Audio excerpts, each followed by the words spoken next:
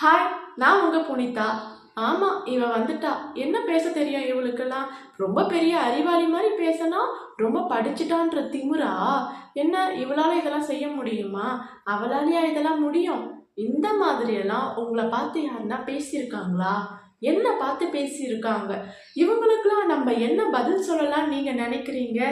நான் சொல்றேன், பதிலே சொல்லாதீங்க. நம்மளை சுத்தி குறை சொல்றதுக்கு நிறைய பேர் வருவாங்க. ஒண்ணு தெரிஞ்சுக்கோங்க, நம்மளை பத்தி குறை சொல்றதுக்கு மட்டும்தான் அவங்களுக்கு தெரியும், மற்ற எதுவுமே தெரியாது. ஆனா நாம அப்படி இல்லைல்ல. நமக்கு நிறைய விஷயம் தெரியும், நம்ம நிறைய சாதிக்க போறோம், நிறைய விஷயங்களை தெரிஞ்சுக்க ஆவலா இருக்கும். ஆனா இது எதுவுமே நம்மளை குறை சொல்றவங்க கிட்ட இல்லவே இல்லை. இப்ப சொல்லுங்க, அவங்க குறை சொல்றதுக்கெல்லாம் நம்ம மதிப்பு கொடுக்க முடியுமா? என்னை பத்தி என் பின்னாடி எவ்வளோ பேசியிருக்காங்க தெரியுமா? கொஞ்சம் நஞ்சம் கிடையவே கிடையாது. அது எல்லாமே எனக்கு வந்துட்டு அப்பெல்லாம் ரொம்ப கஷ்டமா இருக்கும். ஆனா ஒரு கட்டத்துல என்ன சொல்லுவாங்க, பழக பழக பாலும் புளிக்கும்னு சொல்லுவாங்கல்ல, அதே கதை தான். அதெல்லாம் பழகினதுக்கு அப்புறமா தான் தெரியுது இதெல்லாம் போட்டு நம்ம ஏன் மண்டைக்குள்ள ஓட்டிக்கிட்டு இருந்தோம் அப்படின்ட்டு. ஆனா இந்த ஞானம் முன்னாடியே கிடைச்சிருந்துச்சு அப்படின்னா இதை விட ரொம்ப பெரிய நிலைமைக்கு நம்ம போயிருக்கலாம். பட் அதுதான் நம்ம கிட்ட இருக்கிற பெரிய தப்பே. அடுத்தவங்க நம்மளை பார்த்து குறை சொல்றதுக்கு நம்ம ரெஸ்பான்ஸ் கொடுக்குறோம். நம்ம ரெஸ்பான்ஸ் கொடுக்க கொடுக்க அது நம்மளை தான் பாதிக்கும். என்னெல்லாம் ஒருத்தர் கேட்டாங்க, நான் ஒத்துக்கிறேன். என்னால் ஒரு காம்படிட்டிவ் எக்ஸாமை நான் எழுத முடியாதுன்னு நான் சொல்ல வரல. அந்த சுச்சுவேஷன், எனக்கு இருந்த கமிட்மெண்ட்ஸ் இதெல்லாம் ஒரு தடையாக இருந்துச்சு. அப்போ ஒன்னாலாம் முடியுமா, ஒன்னால முடியாது அப்படின்ற மாதிரி நிறைய பேர் பேசினாங்க. என்னோட ஹெல்த் கண்டிஷன் ரொம்பவே மோசமான ஒரு நிலைமையில இருக்கிறப்போ, ஒன்னால இதெல்லாம் படிக்க முடியாது, ஒன்னால இது முடியவே முடியாது, நீ எல்லாம் கலெக்டர் ஆவியா, நீ எல்லாம் ஒரு நல்ல ஒரு காம்படிட்டிவ் எக்ஸாம்ல போக முடியுமா அப்படின்னு என்ன நேருக்கு நேராகவே நிறைய பேர் கேட்டாங்க. அஃப்கோர்ஸ் இன்னைக்கு வரைக்கும் என்னால் போக முடியல. பட் என்னால் அந்த ஃபீல்டில் முடியலன்னா நான் சாதிக்கிறதுக்கு எனக்கு வேற ஃபீல்டு இருக்கு. என் திறமை எதில் இருக்கோ நான் அதில் எடுத்து முன்னேறுவேன். அதே மாதிரி படிக்கிற ஸ்டூடெண்ட்ஸுக்கு நான் நிறைய ஹெல்ப் பண்ணுறேன். எனக்கு தெரிஞ்சதை நான் சொல்லி கொடுக்குறேன். என்னால் முடியலனாலும் எனக்கு இருக்கிற நாலேஜை நான் யூஸ் பண்ணி நான் சொல்லி கொடுக்குறேன். கரெக்டுங்களா? ஏதோ ஒரு இடத்துல நான் நிற்கிறேன், பட் என்னை குறை சொல்கிறவங்க நிற்க மாட்டாங்க. மேபி அவங்க ஜெயிச்சிருக்கலாம், நான் தப்பு சொல்ல வரல. பட் அவங்க ஜெயிச்சிட்டாங்கன்றதுக்காக நம்ம ஜெயிக்கல அப்படிங்கிறத குத்தம் சொல்ல முடியுமா? அது கூடாதுல்ல. ஒருத்தருக்கும் ஒரு திறமை இருக்கும், ஒரு அறிவு இருக்கும், ஒரு அனுபவம் இருக்கும், ஒரு சூழ்நிலை இருக்கும். இது எல்லாமே தான் சேர்ந்து தான் ஒருத்தர் இப்படி அப்படிங்கிறத டிசைட் பண்ணுது. அது தெரியாம நம்ம அடுத்தவங்களை பார்த்து உங்களால முடியுமா, உனக்கு இது தெரியுமா அப்படின்னு கொஸ்டின் கேட்கறது தப்பு. புரியுதா உங்களுக்கு? அது உங்களை கேட்குறவங்களா இருந்தாலும் சரி, இல்லை நீங்க அந்த மாதிரி கேட்டாலும் சரி, ரெண்டுமே தப்பு தான். நமக்கு இருக்கிற வழிதான் மற்றவங்களுக்கும் இருக்கும். ஒருத்தரால ஒரு விஷயம் முடியலை, அவங்க அதில் ஃபைட் பண்ணுறாங்க, பட் அவங்களால அது முடியல அப்படின்றப்போ நம்ம கண்ணுக்கு தெரிஞ்சவங்க கிட்ட நம்ம என்ன சொல்லணும்னா, நீ போராடு, உன்னால முடியும். இல்லை அவங்க ரொம்ப வெக்ஸ் ஆகிட்டாங்கன்னா, உனக்கு வேற ஃபீல்டு காத்துக்கிட்டு இருக்கும், திறமை என்னமோ நீ அதை கண்டுபிடி அப்படின்னு சொல்லணும். ஒரு விஷயம் உங்களுக்கு தெரியுமா, நம்ம திறமையை நம்மளோட இன்ட்ரெஸ்ட்டை கண்டுபிடிக்கிறதுக்கே நமக்கு டைம் எடுத்துக்கும். ஓகேங்களா? சில பேருக்கு அது சீக்கிரமா அப்சர்வ் பண்ணிக்கலாம். சில பேர், அதாவது சுச்சுவேஷன், அவங்க சூழ்நிலை நல்லா இருக்குன்னா அவங்களோட திறமையும் இன்ட்ரெஸ்டையும் சீக்கிரமா அப்சர்வ் பண்ணிப்பாங்க. ஒருவேளை அது சூழ்நிலை ரொம்ப கஷ்டமா இருக்கு அப்படிங்கிறப்போ அவங்களோட சூழ்நிலையை அண்டர்ஸ்டாண்ட் பண்றதுக்கு லேட் ஆகும். ஐ மீன் அவங்களோட இன்ட்ரெஸ்ட் என்ன இருக்கு, அவங்களோட திறமை என்ன இருக்கு அப்படிங்கிறதெல்லாம் தெரிஞ்சுக்கவே டைம் எடுத்துக்கும் நான் சொல்ல வரேன். புரியுதுங்களா உங்களுக்கு?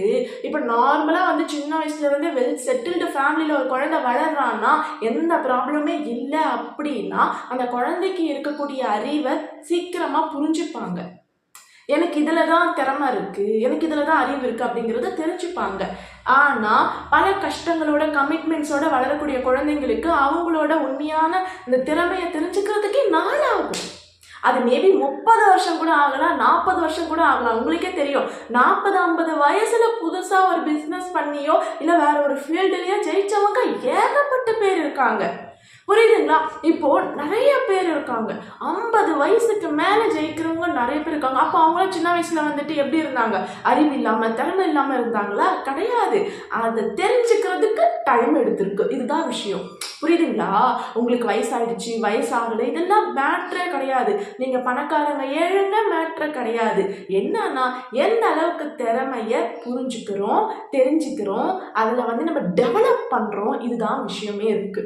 புரியுதுங்களா உங்களுக்கு? அதனால வந்துட்டு நான் வந்துட்டு தெளிவாக இருக்கேன். இதுக்கு மேலே யார் என்னை வந்துட்டு குறை சொன்னாலும், மட்டம் தட்டினாலும், ஒதுக்குனாலும் ஐ டோன்ட் கேர். எனக்கு எதில் திறமை இருக்குன்னு எனக்கு தெரியும். அதை நான் பார்த்துப்பேன். அதை பற்றி கவலைப்பட வேண்டியது நீங்கள் கிடையாது. அட்வைஸ் பண்ணுறீங்களா? கேட்டுக்கிறேன். புரியுதுங்களா உங்களுக்கு? அந்த அட்வைஸ் கூட எப்படி இருக்கணும்? தேடுமா, படிமா, இதை தெரிஞ்சுக்குமா, அதை தெரிஞ்சுக்குமா அப்படின்னு அட்வைஸ் இருந்தால் கண்டிப்பாக நம்ம அதை கேட்டுக்கணும்.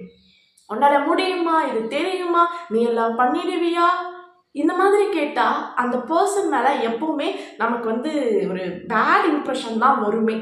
புரியுதுங்களா உங்களுக்கு? அவங்கள பார்க்கும்போதே அவங்கக்கிட்டலாம் பேசணுமான்னு தோணுது, இரிட்டேட் ஆகுது.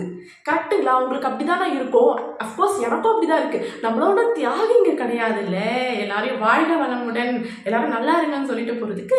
அஸ் அ ஹியூமன் பீயிங் நம்ம சாதாரண மனுஷனாக இருக்கிறப்போ நம்மளை மட்டம் தட்டினா அவங்க மேலே நமக்கு கண்டிப்பாக கோபம் வரதான் செய்யும். ஆனால் அதுக்காக அவங்க முன்னாடி போயிட்டு சவால் விடுறதோ இல்லை வந்துட்டு என்னை இப்படி கேட்டுட்டேன்ட்டு பழி வாங்குறதோ இருக்கவே கூடாது.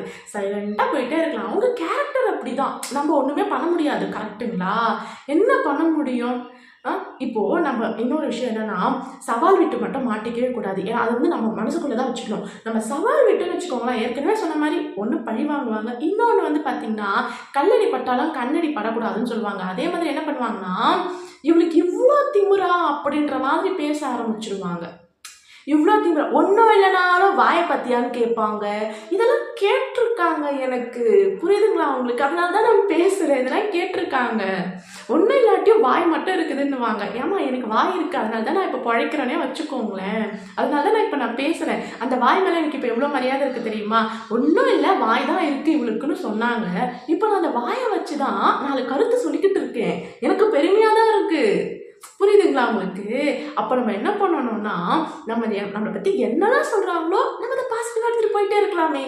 ஓகேவா? அவங்களுக்கு எதுக்கு நம்ம சவால் விடணும், அவங்களை எதுக்கு நம்மளை திட்டணும்? ஆனால் அவங்கள பார்க்கறதுக்கு மட்டும் இரிட்டேட்டிங்காக தான் இருக்கும். போயிட்டு க்ளோஸாக பேச தோணாது. இன்கேஸ் நம்ம ஜெயிச்சிட்டோமா, நம்ம ஜெயிச்சதுக்கப்புறம் நம்ம முன்னாடி வந்து பேசுகிறாங்களா, அப்போ பேசும்போது அப்போ கூட நம்மளோட சந்தோஷத்தை அவங்ககிட்ட பகிர்ந்துக்கவே தோணாது. அப்போ நம்மள அப்படி பேசுனாங்கல்ல, அதுதான் மைண்டில் ஓடும். கரெக்டுங்களா? உங்களுக்கு ஓடி இருக்கா அந்த மாதிரி? எனக்கு அப்படி தான் ஓடுது. இது நான் வந்து ஆக்சுவலாக நான் நல்லவன், நான் ரொம்ப நல்லவன், நான் எல்லாரையும் வாழ்த்துவேன், என்னை திட்டினா கூட நான் அப்படியே அரவணைச்சிட்டு போவேன்னா நான் சொல்ல மாட்டேன். பட் நான் அப்படி கிடையாது. புரியுதுங்களா? நான் ஒரு சாதாரண பொண்ணு தான். எனக்கு வந்து துரோகம் பண்ணவங்க வந்து பார்த்திங்கன்னா நான் அவங்கள அவாய்ட் பண்ணிட்டு போவேனே. ஓகேவா? அவாய்ட் பண்ணிட்டு போவனே கண்டி அவங்கள வந்துட்டு பழி வாங்கணுமோ இல்லை அவங்கள பார்த்து இரிட்டேட்டட் ஆகும்போது வேணுமே அவங்ககிட்ட போய் பேசணுமோ, இதெல்லாம் நான் யோசிக்கவே மாட்டேன். புரியுதுங்களா? பட் இது எல்லாமே வந்து மனசுக்குள்ளே தோணுனாலும் எல்லா மனுஷங்களுக்கும் தோணும் தானே, தோணும். பட் அதெல்லாம் நம்ம கேர் பண்ணிக்காமல் வந்து ஈஸியாக நம்ம லைஃப்பை கொண்டுட்டு போனோம் அப்படின்னா கண்டிப்பாக நம்மளால் ஜெயிக்க முடியும். மற்றவங்க பேசுறத காதிலே வாங்கிக்காதீங்க. உங்களோட வாழ்க்கையை நீங்கள் ஜாலியாக வாழுங்க. நம்ம வீடியோஸ் உங்களுக்கு பிடிச்சிருக்கு அப்படின்னா லைக் பண்ணுங்கள், முடிஞ்சால் சப்ஸ்கிரைப் பண்ணுங்கள். அண்ட் அவங்களோட கருத்து என்ன கமெண்ட் பண்ணுங்கள். தேங்க்யூ.